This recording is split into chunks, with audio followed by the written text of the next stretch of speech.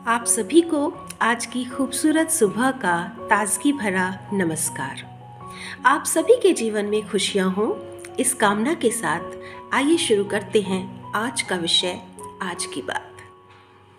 आज हम आपसे बात करेंगे आध्यात्मिकता के एक विशेष पहलू की, जिस पर हमारा संपूर्ण जीवन निर्भर करता है। आध्यात्मिकता, जी हाँ, स्वयं का अध्ययन, आत्म अध्ययन। क्योंकि जब तक हम स्वयं का अध्ययन नहीं कर पाते हैं, तब तक हम अपने आसपास के लोगों के प्रति सही दृष्टिकोण नहीं रख सकते। तो इस आध्यात्मिकता का सबसे विशेष पहलू क्या है? Think before you think. हम हमेशा से सुनते आए हैं, think before you speak, think before you act. लेकिन शायद हमें किसी ने बताया ही नहीं कि किसी भी शब्द, किसी भी वाक्य, किसी भी कर्म का आधार हमारी सोच होती है। लॉर्ड बुद्धा ने भी कहा था, what you think you become. Mahatma Gandhi ने कहा था, your belief become your thoughts become your words become your actions decide your destiny. जी हाँ, हमारे भाग्य का निर्माण हमारी सोच करती है। किसी भी महान वस्तु के आविष्कार से पहले उसका सोच ही उसके आविष्कारकर्ता के मन में आया होगा, तभी उस वस्तु का आविष्कार हुआ। इस संपूर्ण सृष्टि की रचना करने से पहले ईश्वर के मन में विचार आया होगा, तब जाकर इस सुंदर सृष्टि की रचना की गई। तो हम सोच क्या रहे हैं, दैट इज मोर इम्पॉर्टेंट कि हम क्या बोल रहे हैं और हम क्या कर रहे हैं।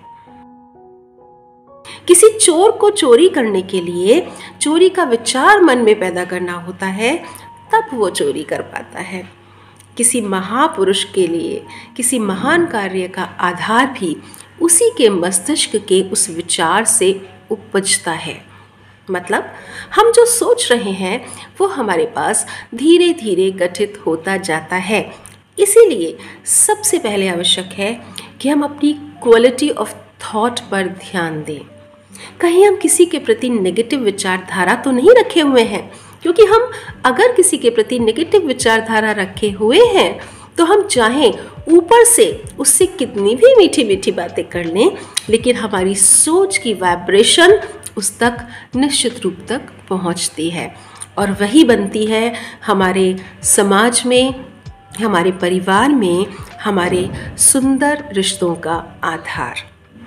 इसीलिए आज से इस बात को हम ज़रूर ध्यान दें कि जब भी हम कोई थॉट अपने मन मस्तिष्क में जगा रहे हैं, हमें अवेयर होना होगा whether this is negative thought और पॉजिटिव थॉट।